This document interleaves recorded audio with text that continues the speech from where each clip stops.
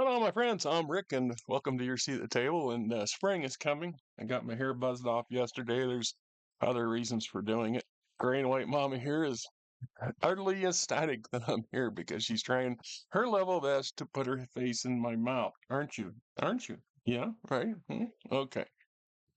Oh, yeah. It's coming up on the end of February 2025. This is one of those coins that I got. I think it was a stretch goal for the BattleTech Mercenary or Catalyst BattleTech Mercenaries Kickstarter that I got involved with a few years back, and I picked it on a lark because they're all fine, they're all nice, and obviously I couldn't have the entire set of them because I don't have that kind of resources. Um, the reason I picked Canopus is because when I first started playing in BattleTech, my big, uh, huge or my huge thing was Federated Sons, of course. You know, I wanted to be the white hat. But it turns out that there's no real white hats anywhere, any place, in any genre, as far as I'm damn concerned. There's always layers of gray in there somewhere. So the Magistrate, on the other hand, kind of was one of those things I kind of bopped in and out of over the years, in part because, and I'm going to be honest, it's a bit of a perverted location. Okay, there's so many really interesting and bizarre possibilities in the Magistry compared to a lot of other places. If you read the old original lore and you go for it, and then there's something about the being on the periphery itself. The periphery has a whole lot of other challenges, but more importantly, you don't need to have, I don't know, uh, the intensity and depth that the great houses tend to generate. You also have more reliance on yourself and on your fellow members of your unit and things like this because you are further away from support. Support is thinner and there's less of it. You know, and that holds true for all the periphery houses, as you well know. But that doesn't make them a walkover and a pushover. And I just always was a you know keen on the Magistracy of Canopus, and uh, especially from the mech warrior prospect of BattleTech. If you're looking specifically at the tabletop war game aspect, the factions don't really matter. At the end of the day, do they really matter? No. If you're playing, in a role play, as in you're putting yourself, you're in your mindset into this fictional setting on a more intimate and detail oriented level, then yeah, it does take on a little bit more, in that aspect. And I thought for role playing purposes, it was much better to play on in a periphery nation. And I would toss up between the Torrent Concordat and the Magistracy. My preferred place was the Magistracy, though. And I had a friend who was huge on the Concordat, and they're good. I mean, don't get me wrong, I like them too.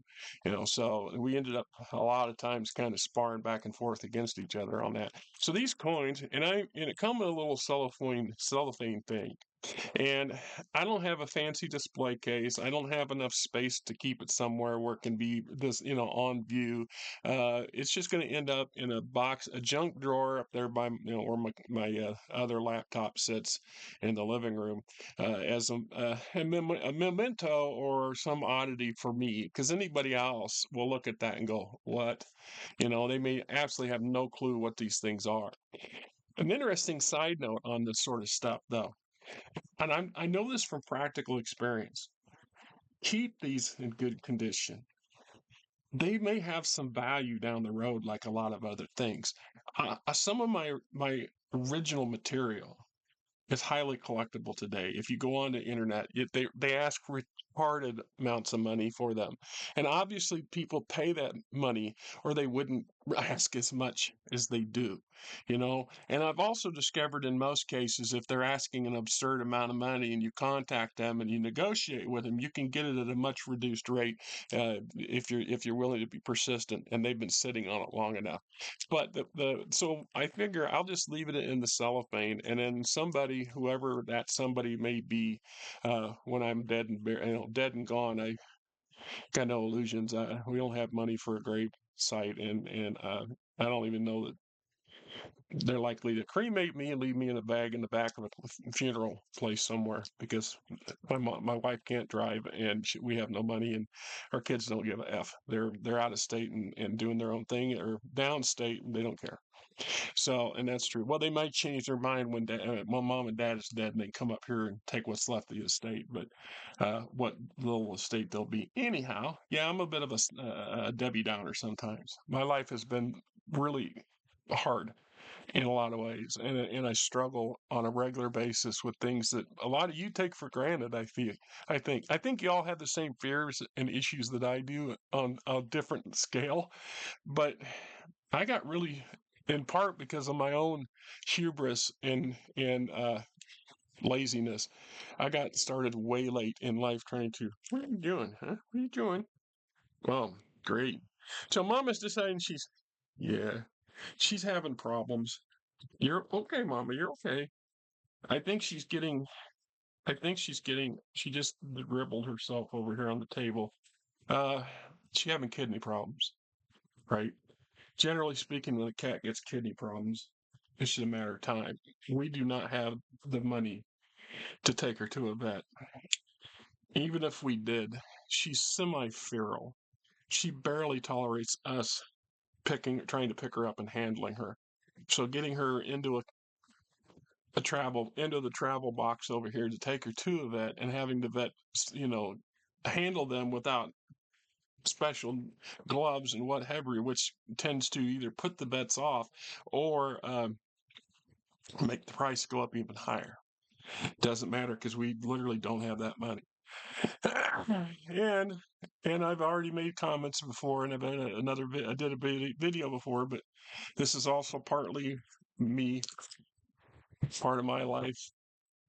You know, see, I hate that stupid thing. It just keeps trying to insist that I need to do this when I never asked for that program, and I don't know what it is, and it's not a Microsoft program. It does not fit with the Windows. I ain't opening it. I don't care what it is. I'm just going to keep shutting it off. Dumb luck for me to have it stuck on a laptop that I can't figure out how to get it to stop doing that. Anyhow, tomorrow, Tuesday evening, we have a mandatory late Christmas dinner, but it's mandatory and crew only at a local steak place that we also do the hoods and grease trap at. So knowing my boss, he cut a deal with the owner there on his, hood deal. Get him a discount so we get the food for free. Maybe not, I don't know. But that's typical how my boss has operated over the years. Anyhow, it's to introduce us to the new owners of the company. That as of the 28th of this month, so this week will be my last official week working for All Clean of Iowa and my boss, who I've worked for 9 damn years. And I'm going to tell you something here I don't tell very many people. So I'm about to tell the whole fucking world, right? Excuse my French. So I did some time in prison. I did 13 damn years. The details don't matter. And because I wasn't I wasn't guilty the way they said it was, I ended up discharging my number because I would not admit to them that, what they wanted to hear. I admitted to a lot, but not to what they wanted to hear. So they kept me within 6 months of my discharge. And then the local work release, because it's so overwhelmed, wouldn't take me. And their answer was, well, we'll send you upstate somewhere. And I said, my mom is sick with cancer. My wife lost her job because of her epilepsy progressed. I need to go home. And the law says you have to send me back to where I came from. And they didn't want to do it. So I ended up discharging. Now, you're not familiar with any of this stuff. That's not as easy as it sounds. They do not like that. They do not want you being just released. So they threw me on a bus. My last day, I ended up back in Des Moines. My sister picked me up. We put me in a hotel for 2 weeks. It was almost $400 a week. Couldn't sustain it. I used that 2 weeks to get my driver's license back. I had to drive upstate to a different city to get it because the waiting list for the DMV down here was like a month long. And as soon as I got the license, I borrowed my mom's Ford Focus wagon. Some of the very earliest videos on this channel were shot from that. And I removed them from general circulation. They're still out there. I just don't have them open for everybody to just, dig through. I locked myself out of the Ford Focus that first winter. That's an example of one of those videos. I spent 4 months.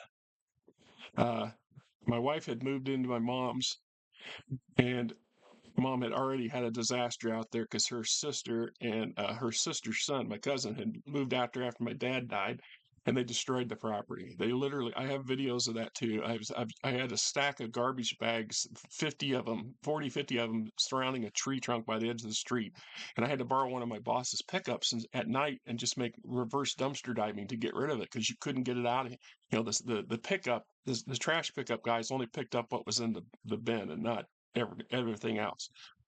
So I got my first job I applied for as soon as I got my license was at All Clean. And I was filling out a W-4 before I even knew I had a job, which shocked me. And it took me a while after I was there long enough to realize that was typical. All Clean is or was a hard luck outfit. My boss, God bless him, hires a lot of people, men and women, with very checkered backstories. He doesn't care. You did your time. You're trying to fix your life. He wants to help you. And he's helped hundreds of people. Probably 10 times that many people have graced his doors, took advantage of him, or turned it down, worked a day, half a day, whatever. It's a nasty job. It's a dirty job. It's crappy hours. It's all over the place. You're dealing with a different challenge everywhere you go and different customers with different customer preferences and needs and wants and whatever. So you have to cope with all that. So I spent 4 months in that car. So I got out in mid September. I actually got out 4 days before my birthday, my 50th birthday, and so I think it was my 50th or my 49th birthday. Jesus, it's been a minute. So I worked as many hours as I could, sometimes 15, 16, 17-hour days, go get 3 or 4 hours of sleep and go out and do it again. I'd slept in the car in the parking lot at All Clean, and because I wasn't trying to squat there, I would often go boondock somewhere. So I would park in all kinds of places in that little wagon. And a Ford Focus is tiny. I'm 6'2". Well, I was 6'2". I'm shrinking as I get older. It was a stretch. And in the dead of winter in Iowa, it can get brutal cold. And I had to get quite clever, or I wouldn't say clever. I just got lucky and figured out ways to keep myself warm. I saved as much money as I could. And then my mom and my sister, it was coming up on Christmas, and the credit union they both belonged to had this Christmas thing where you could borrow $1,000 at low interest, blah, blah, blah. So they both went and borrowed $1,000. And then my wife and I came up with another $3,000, mostly from my saving it for those while sitting in that car, to buy the RV that shows up in a lot of my older videos. That RV became home. And we moved into that the last week of 2016, or I did anyway. My wife stayed at my mom's because it was better for her, and my mom lived outside of town. It was a bit of a drive, and because of space issues and other things, I just didn't want to become an issue there, so I refused to stay there. The RV allowed me to have a little bit more permanence, more of a home feel, right? I was literally homeless. Sleeping in a car, you're homeless by every definition of the term. Sleeping out of an RV, you're kind of on a border. If you're doing it willingly, then it's not homelessness. But if you're doing it because you have no other option, it's still homelessness. I always said I had one leg in the street. That's how I looked at it. And the wife and I stayed in that spring, spring of 17. My mom had an accident. Her cancer was in remission, but she was unsteady on her feet, and she wouldn't use that damn walker. And she took a fall at the house, of course, and had a hemorrhage and it hit her head, and then was gone that late afternoon.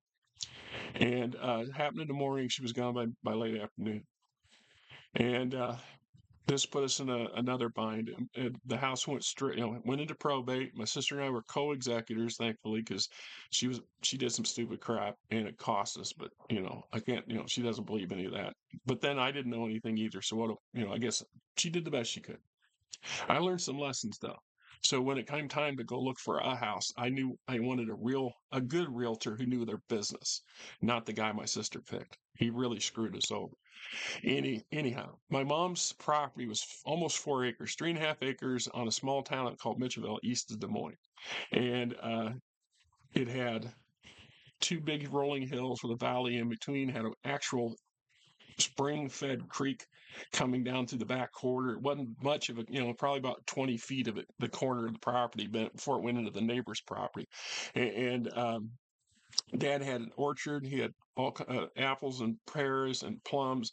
He also had grapevines, but they'd gotten out of hand. They were actually growing up into the trees and stuff at that point, and some of the fruit trees were dying. Everything was becoming overwhelmed at the house.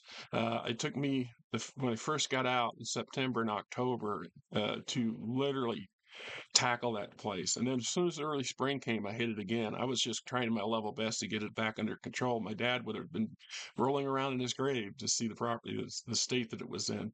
And of course, mom's garage was literally packed wall to ceiling full of all kinds of junk from my cousin and aunt and so on and so forth.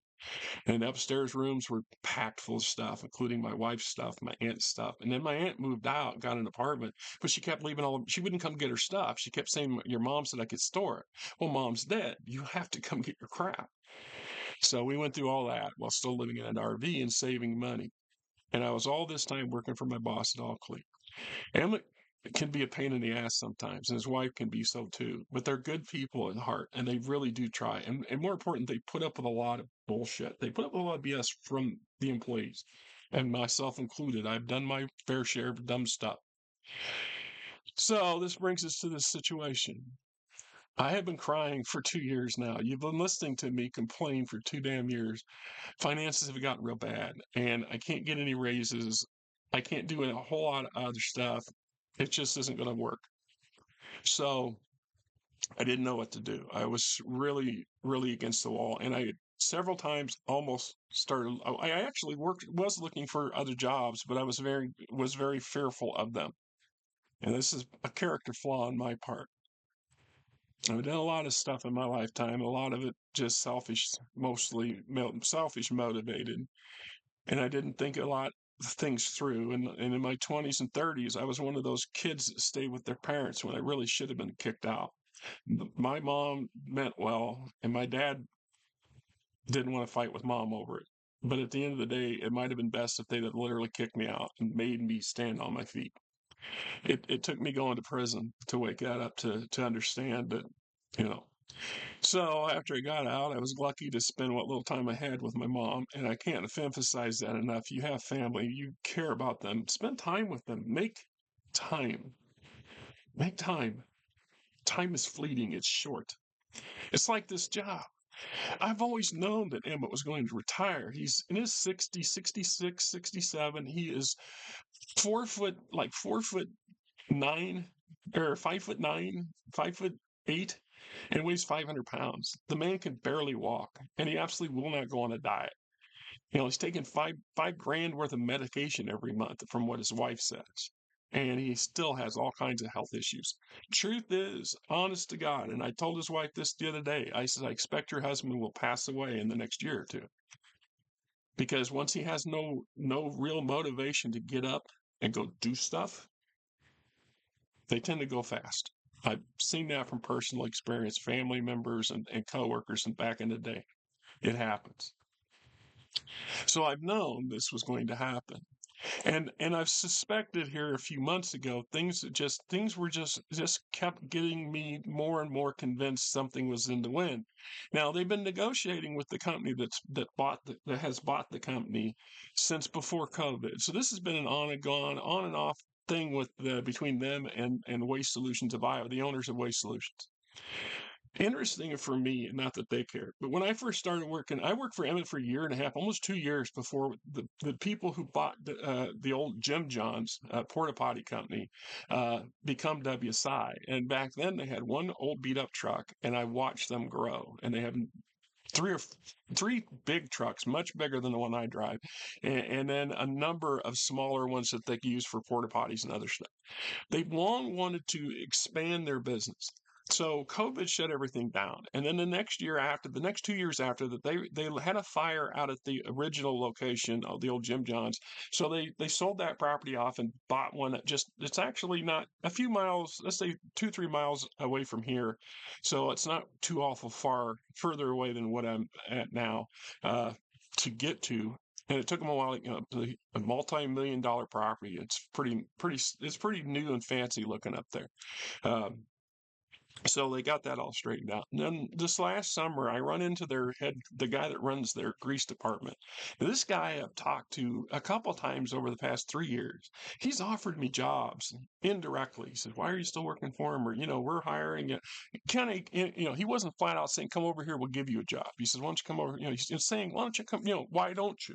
Why are you still there?" Because it puzzles a lot of people. Most people don't stay at All Clean for more than 6 months. Most people, they get out of work release, they go find a real job, and move on, or they fall out and go back to prison, move out of state, run away, disappear, just don't want to work there no more. A lot of that goes on. So the fact that I'm been there for 9 years, I'm an oddity. I am. I really am an oddity for them. Myself and Kevin. Kevin started working for them a month before I did. He's been doing their quote crew lead for the Hoods for this entire time, and so him and I are spent a lot of years working together and doing stuff. So I consider him and his wife friends. They come over for the holidays every now and then, that kind of stuff. But the two of us are the only two that stuck out this long. Janice occasionally would brag about how they've never had anybody work as long as blah blah blah, and I think the previous record was 6 years or something like that. The grease guy, two grease guys before me. Driving the grease truck is a more independent job, so you don't have to depend on other people. So it makes your job a little less of a problem, or more of a problem, depending on how you look at it. Anyhow, so she swears up now that WSI really wants Kevin and I. They are excited to have us. Well, they need Kevin because they don't do exhaustives. They've never done exhaustives. You know, they want to expand into the business, and I can't help. And I pointed that out to Janice last week when she was was finally coming out of the open. Her husband had already told me the week before that, so I've only had like 2 weeks worth of notice, which isn't enough time to do squat. I mean, really, I got a resume. It's as updated as it's going to be. I mean, it's all I got to do is put on. Yeah, they closed the doors. I have my driving record for my CDL, because usually if you go to apply for a job, you need to bring that with you, and you have to get it from, in our case, from the Iowa DMV. Is probably a year old. I mean, it costs $15-20 to get a copy of it, and then you have to go print it out. See, so then there goes my perks. My job has been fairly independent for the past 4 years, 3 years, since COVID. They literally had me, I'm in the office. If you've seen me, I schedule my own jobs. I invoice everybody. I go do the jobs. I communicate with the customers. I occasionally go collect from them. Some of these customers I've got quite a rapport with, right? Um, if something comes south and I needed to take a couple hours off, I could just take a couple hours off and go do what I needed to do, and nobody's going to say anything. My wife is on disability and she cannot drive, so that means I have to be free to drive her occasionally to doctor's appointments and other things, which means I need some flexibility in my work schedule. And sometimes it's not easy to sit there and say, well, I need to have every other Tuesday off, because I can't guarantee that. I mean, I gotta, you know how life is. And then there's my fear. It shames me. Part of me I get ashamed by this a little bit, because it's somewhat irrational from what some people say, and I think it's not. After having been at the bottom of the pit and drug myself out of that pit, I've gone from being worse than homeless to owning a home. Never owned one in my lifetime. Never thought I would ever have a home. In part, I have this home because of my employer. Janice constantly poking me. We should go get pre-approved. You should go get pre-approved. And I told her, I said, I'll show you. I won't get pre-approved. And I went out and they pre-approved me. And that's typically how my life goes. I'm so convincing myself of failure that that it becomes self-prophesizing. It happens because of whatever. So I'm scared as shitless. I'm scared shitless. This is why I didn't leave last year. I didn't take look at these other jobs, even though they paid far more than mine does. Because this was a job I had, pays the bills. Barely, but it pays the bill. And I can pretty much left to do what I need to do, and I'm responsible. And I'm as responsible as I can freaking be. So giving all that, now I'm losing all that. So I'm going to go to, maybe they'll hire me and maybe they won't. I can't be sure of that. And I can't afford to be unemployed for 2 months.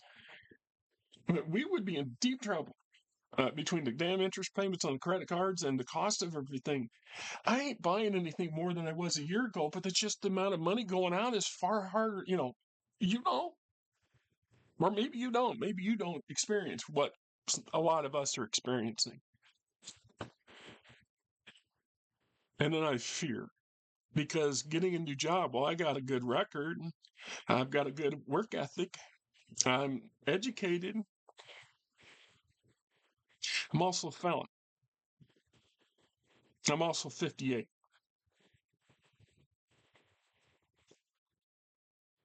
That counts against me.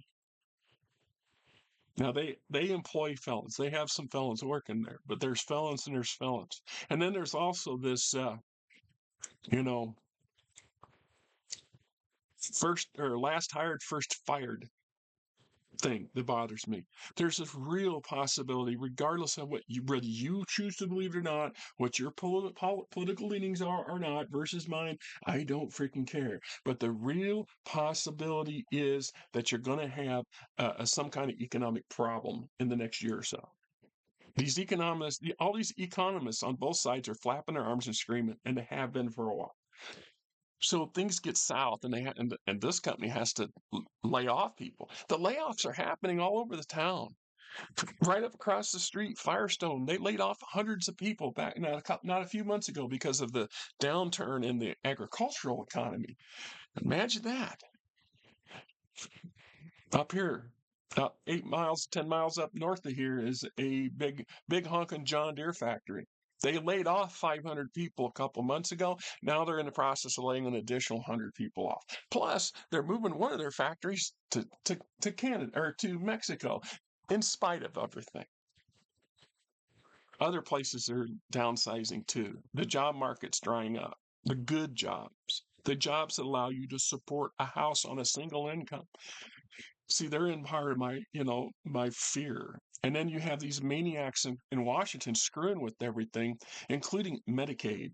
And Medicaid and Medicare is how my wife gets her, and Social Security is how she gets her health care and her frickin' that $1,000 a month we get that helps pay for the house. See, as long as she has that coming in, we got the house covered. We might have no electricity and running water, but we'd have a roof over our heads, because I'll be damned if I'm going back to an old RV or homeless again. I can't do that again. I just don't know if I can prevent it from happening. I'm terrified of this unknown, and I'll work myself right up into a frickin' tensy. So this coming week, and of course, it always leaves us I've got about 9 jobs that are behind schedule because of cold weather, severe cold weather, and the truck needing repair the week before that, and a snowstorm. We had it shut us down for a day. So we're going to give this business over to the new owners and say, oh, by the way, here's a list of stuff you need to go get caught up as soon as you can. It's just like she said they wanted me to write up my schedule for the first week of March.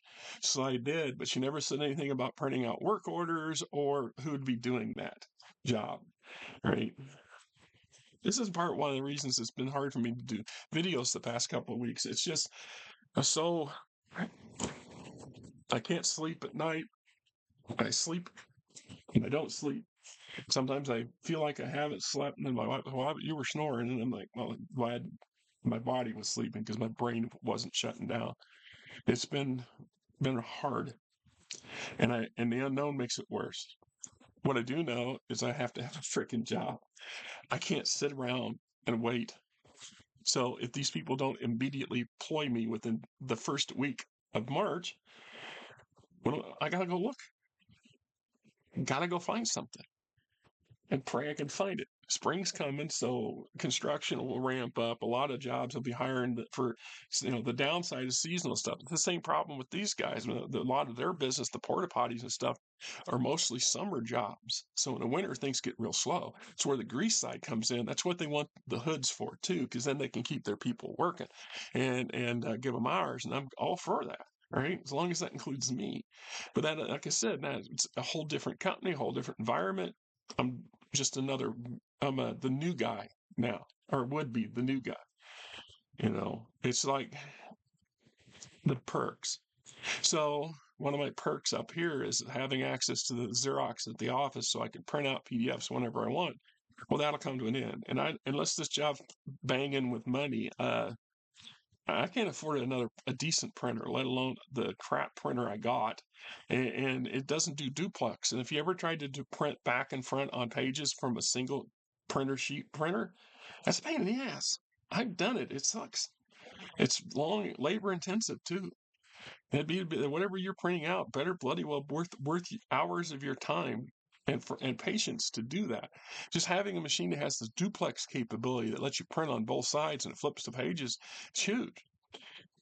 And I don't know if like local print shops will print PDFs without these have we can't print that because it's a commercial product kind of crap. I don't know if they will or they won't, and how much they would charge. If they charge about as much or more to have this thing printed out than it would for me to, buy the book, assuming you can get the book, right? And then if I had a mechanical problem, my boss would help. If my van was down, I could drive the company truck, even though I didn't want to car it, but a big grease truck in my driveway. I could do that and have done that. Plus 3 blocks up to shop, 3-4 miles, however many miles, and I'm 58. One old vehicle with nobody to call, no family. No family would come and help. No real friends, just a few coworkers that will have plenty of their own problems, and a job full of people I don't know. Yeah. So anyway, welcome to my nightmare. Hopefully, trying to find the positive, trying to find the optimism. I've known for a long time, I've been saying it, I had to do something about a job change because this just wasn't going to keep working. Eventually, it was going to be a problem. So, like I said, when the WSI guy came and talked to me a couple of times, I kept emphasizing to them that my boss wants to retire. He really physically wants to lay down, and I don't know how long how many more years at the current pace. He's really declined his health, and he's starting to have issues up here as well that are becoming more pronounced, or he's milking them just to get away from doing stuff, which is quite possible. That it's inevitable. So this was going to happen one way or another. Just wish it wasn't going to. I'd had more notice, but I guess sometimes pulling your tooth is just better to have it pulled than to sit there and agonize over it for 2 months, right? Because I'm already a wreck and have been for a while. So I was emphasizing to these people that my boss really wants to sell. He's going to find a buyer sooner or later. So it doesn't surprise me that the negotiations restarted. And I suspected it was a couple, 3 or 4 months ago, not too long after the last time I talked to the WSI rep guy. Not that that matters. Not that that matters. They base pay for their company is $22 an hour. I make 19, and I've been working for Allclean for 9 years, but I've turned down almost $5 in raises over the past 4 years too. So Emmett or $22, $3 raise, and that's entry level. And by rights, of course, this is me not trying to not be an arrogant moron, but by rights, I have a CDL with 9 years of experience doing this nasty job, this hard, nasty stuff. That ought to be worth more than their entry level.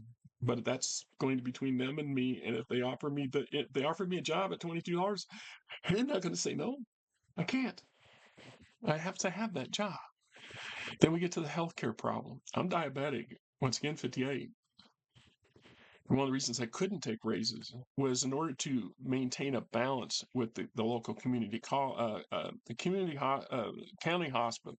If you make under $65,000 household wise, you can qualify for a program called Community Cares, which is through Medicaid. So if they cut Medicaid, that might cut that program anyway. That's how it's funded.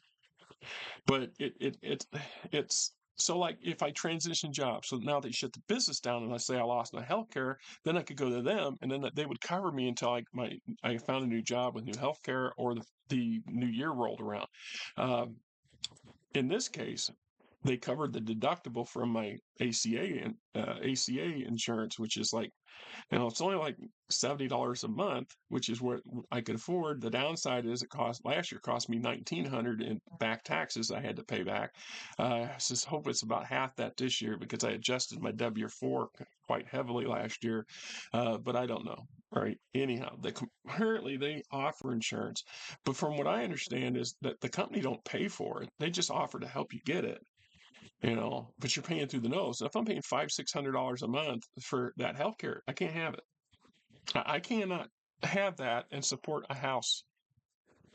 I can't do that, which is how come my system was set up the way it was. So either I'll have to try to figure out a way to keep on the system I got. Now they have if you get over 65, then it becomes a 60-40 thing where they cover 60% of the bill and you cover 40% up to another certain point, and I don't know what that is. But because my wife is on disability and she gets a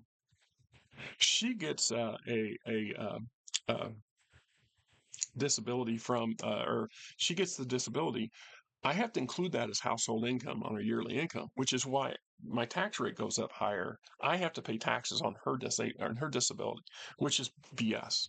And before anybody cries about entitlement, my wife worked for 20 fucking years. She paid into that program. Yeah, she's entitled to it. She earned it, just like anybody else who's paid into that their whole lives.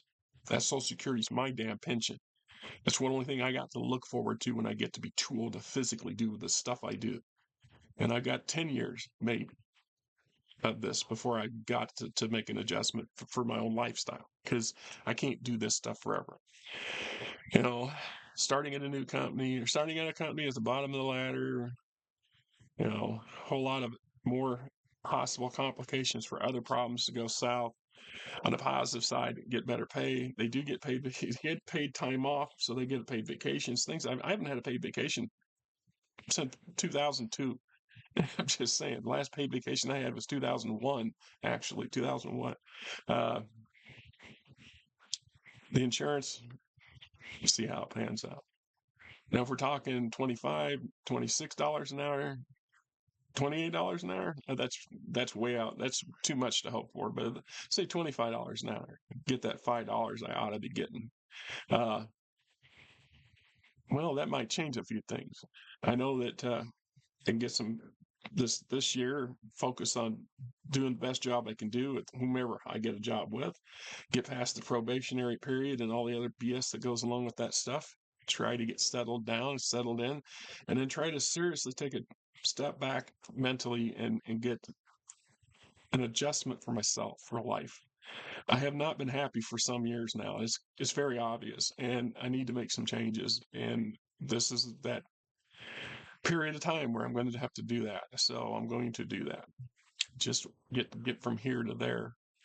I know that once they close the doors, officially, she says she's firing everybody as of midnight of the 28th. Officially, it will be all unemployed, which then means we'll be eligible for unemployment. So we could file for unemployment the Monday, first Monday of March, and get on that. So, and that's damn well like, unless the WSA guy at the meeting on Tuesday says we're going to put you to work at blah Monday or Tuesday, I'm filing for unemployment as soon as I get up Monday morning, or maybe Sunday night if it's available. Get it on the show. But unemployment's not going to cover my expenses. I've been there. I know it don't. It's one of the reasons my credit cards are so freaking bad shape is because of that COVID stretch and those weeks of 30 or 15-hour weeks where I literally we were starving. We had to put money on the cards and kept having to do it and kept having to do it. You know, everybody says, well, you just got to be more frugal. Well, how much more frugal can there's certain limits. We're not. We have a low standard of life as it is. Why the hell should I cut out what few luxury items that we consider luxury items? When we get to that point where we're that damn desperate, things are wrong. And it's been close to that the past 2 years. The furnace, I got 2 more payments on the furnace, I think, and it's paid off. The boss's wife says they're going to give Kevin and I a small bonus. They're going to give us a bonus. And she says, I think a rather nice bonus. Well, her idea of a rather nice Christmas bonus is a $200 gift card to Walmart after 9 years. So maybe they'll give me, I don't know, $500. 1,000 would be expecting too much, I think. They're getting $1 million out of this business, so it's damn close to $1 million. I know that for a fact. And they're entitled to it. It's not my money. It's their business. They've been doing this for 40 years. He's earned his right to retire. I don't fault him for that. And then there's that final part. Emmett and Janice, they've been there for Brenda and I, my wife, through a lot of times, a lot of difficult parts of the last 9 years. So they're part of a dysfunctional family up there in some ways. And so we're losing part of that family. Oh, well, we'll still be around. I've heard that story. No, we don't run in those kind of circles. Once you close those doors, we're done. Now, the boss's wife's idea is, well, we'll have a few months down the road. I'll cook everybody. Well, I'll cook a nice dinner, have you and your wife over. And I'm like, we don't function that way. Although I might do it anyway, depending on how things are going here. If this job change occurs and things go smoothly, and then I might do that, and just to keep the window open, because they will help if in a pinch, if they can, like give me a ride somewhere or something like that, get her to the doctor's office if I can't, that kind of stuff. Because we don't have anybody else, we just don't. So it's not like we'll be flat in my face. I have unemployment put for to and then whatever little punky bonus. Plus, I'm getting the taxes done, so I don't know how much the taxes are in process of being. They might be done now. I just haven't looked at my phone. I won't look at my phone until tomorrow. And maybe I don't know. Last year we got 900 back from state. The state of Iowa changed their taxes, and really screwed everything up this year. So everything's changed, and it's like all the receipts for that 1,900 I paid the feds, and their tax lady said that don't matter now, and they don't. They've changed it so much of it that don't have any. That don't matter now. So I don't know how much we'll get from state. We get something that's a little bit more in our pocket. You know, uh, the past couple of weeks we've been being as frugal as we can, surprising the wife, kind of, getting 35 to 38-hour weeks because of the weather and other stuff, and we're still coming home from after paying all the bills and stuff with $90-$100 left over, which is really good, really good, because it carries over to the next week. Or we go out and pick up some things that we would like to have gotten, but we didn't know if we had enough, that kind of stuff. Went over, took my wife to her aunt and uncle's, the only living relative she has that has any contact with us, uh, yesterday afternoon, to let them know about the job situation and all that. And stopped at the DAV store down there over that way so she could go do some shopping. She's losing $100 a month because she was cleaning up at the office twice a month. So I told her, I says, well, she gets 1,000 plus a month out of her Social Security. It's just most of it all goes to pay bills. I just have to start making sure she gets, 50, $100 a month out of our income for spending money. Because if I need something, I go to the store, I just buy it. If I'm on the street, I'm running around, stop a Quick Trip, grab it, convenience store, grab it. She doesn't have that option as much. And it's important that you have money in your pocket and feel like it's yours. That's something I learned a long time ago from watching my dad and mom's interactions. It really does make life a little easier for if you're married. Both spouses feel like they have a little money. Uh, I don't know. That's a big part of the deal, right? I just don't know. So this next week, I have literally packed the next 5 days. I'm looking at a 60-hour week by the time I get done. Tomorrow morning, I'll get up really early in the morning. Got a bar at 6:30 a.m. Then driving to Mason City, which is like 2 hours, 2.5 hour drive. Uh, Go do a hotel, drive all the way back and unload the truck. And usually when I do this trip, I'm so wore out from the driving that I want almost, it's hard to keep awake. There's a stretch up north of Ames where I want to doze off. And I got to really keep myself focused on stuff uh, to avoid that. And come back, dump the truck. But then we got a call from another customer who I did last month, but they're having odor issues. And he wants to know if we come do it again. They're paying for it, just not change the schedule, just come do an extra service to see if that'll make the problem go away. And so I said, yeah, there's the only chance I can get to it be tomorrow afternoon. So when I get back from driving up there, I'll go out Altoona and make 2 trips. So I should be a 12 hour, 11 to 13 hour day every day next week is the goal.